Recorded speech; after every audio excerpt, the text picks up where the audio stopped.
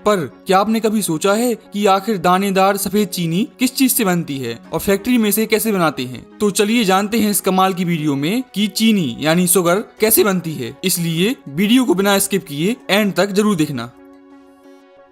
दोस्तों, चीनी बनने की शुरुआत होती है गन्नों की फसल के शुगर फैक्ट्री में पहुंचने से, क्योंकि चीनी मुख्य रूप से शुगर केन यानी गन्नों से बनती है। इसलिए ट्रक या ट्रॉली में लोड करके गन्ने फैक्ट्री में पहुंचते हैं, जहां पर उन्हें क्रेन मशीन की सहायता से अनलोड किया जाता है यानी उतारा जाता है और इसे श्रेडर मशीन में भेजते हैं।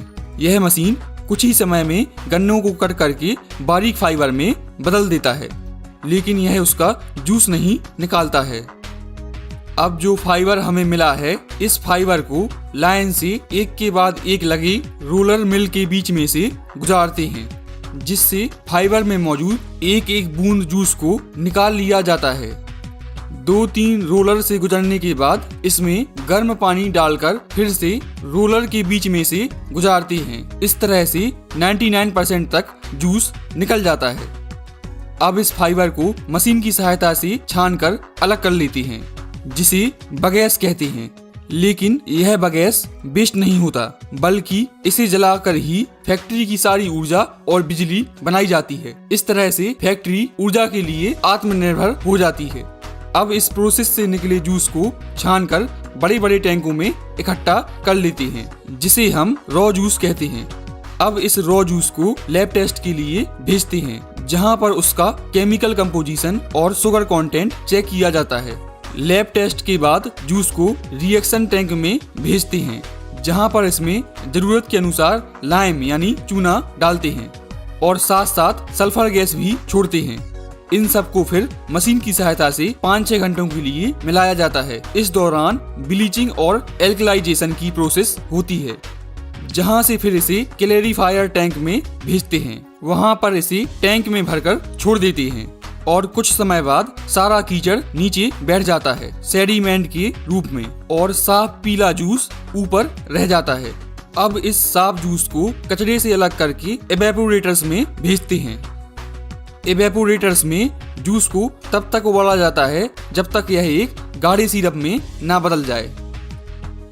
अब इस सिरप को प्रोसेसिंग टैंक में भेजते हैं, जहां पर इसे पहले गर्म करते हैं। फिर इसमें पहले से बनी चीनी के कुछ दाने डालकर ठंडा करते हैं, जिससे ठंडा होने पर बाकी सिरप भी शुगर क्रिस्टल यानी दानों के रूप में जमने लगता है। इस दौरान सैंपल लेकर इसका टेस्ट भी करते हैं, यह चेक करने के लिए कि क्रिस्टल कैसे जम रहे हैं। जब यह सिरप ठंडा हो जाता है, तब इसमें 2 तरह की चीजें होती हैं, शक्कर यानी शुगर के क्रिस्टल और मोलेसिस। मोलेसिस एक गुड़ की तरह दिखने वाला लिक्विड होता है, लेकिन यह गुड़ नहीं होता। अब इस सिरप को सीरीज में लाइन से लगी सेंट्रीफ्यूजिस मशीन में डालते हैं। यह मशीन 1 मिनट में 1000 से 2000 बार घूमती है। इस मशीन में एक बारीक छन्नी लगी होती है, जिससे शुगर के क्रिस्टल बाहर नहीं निकल सकते, लेकिन मोलेसिस बाहर निकल जाता है। पर इस मोलेसिस में भी कुछ शुगर के क्रिस्टल रह जाते हैं, इसलिए इस मोलेसिस को भी 2-3 बार सेंट्रीफ्यूजिस मशीन से गुजारते हैं, जिससे ज्यादातर शुगर के क्रिस्टल निकल जाएं। अब इन शुगर क्रिस्टल को इकट्ठा करके कन्वेयर की सहायता से ड्रायर में भेजते हैं, जहां पर इसे हल्के गर्म वातावरण में सुखाया जाता है। अब हमें हल्के भूरे रंग की यानी ब्राउन कलर की शुगर यानी चीनी मिल जाती है, जिसे रॉ शुगर कहते हैं। लेकिन अभी यह उस तरह की सफेद नहीं होती। जिस सफेद चीनी का इस्तेमाल हम लोग करते हैं उसे रिफाइंड शुगर कहते हैं।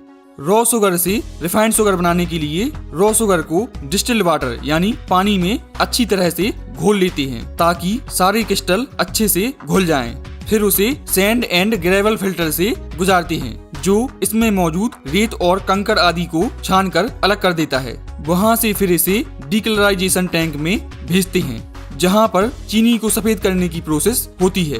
भारत में इस प्रोसेस के लिए ज्यादातर सल्फर डाइऑक्साइड गैस का इस्तेमाल होता है या फिर एक्टिवेटेड कार्बन का उपयोग करते हैं। लेकिन यूएस जैसे कई देशों में बोन चार का उपयोग करते हैं, जो कि पशुओं की हड्डियों से बनता है। इसलिए भारत में मिलने वाली ज्यादातर शुगर डबल सल्फेटेशन मेथड के द्वारा साफ की जाती है, जो कि एक सस्ता और शाकाहारी तरीका है चीनी को सफेद करने का। पर इस वजह से कुछ सल्फर चीनी में रह जाती है, जो स्वास्थ्य के लिए नुकसानदायक होती है। इसलिए आपने सल्फर फ्री शुगर के बारे में सुना होगा, जो कि एक्टिवेटेड कार्बन या फिर बोन चार के द्वारा बनाई जाती है। तो चलिए आते हैं अपने मेथड पे।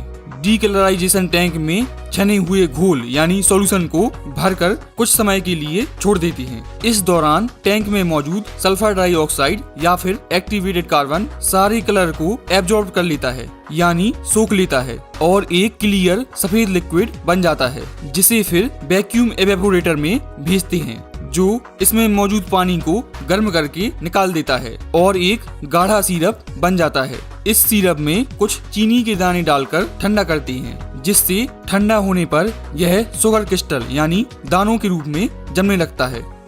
अब एक बार दोबारा इसे सेंट्रीफ्यूजेस मशीन्स में डालते हैं, जिसमें बारीक छन्नी होती है, जिनसे चीनी यानी शुगर के क्रिस्टल नहीं निकल सकते, लेकिन पानी और मोलेसिस के बचे हुए पार्टिकल्स निकल जाते हैं, क्योंकि यह मशीन बहुत तेजी से घूमती है, जिस कारण सेंट्रीफ्यूगल फोर्स जनरेट होता है और सिर्फ व्हाइट शुगर क्रिस्टल यानी सफेद चीनी के दाने रह जाते हैं, जिसे फिर घूमते हुए रोटेटिंग ड्रायर मशीन में भेजते हैं, जो इसमें मौजूद नमी को अलग कर देता है और जो शुगर क्रिस्टल यानी दाने आपस में चिपके रहते हैं उन्हें भी अलग कर देता है।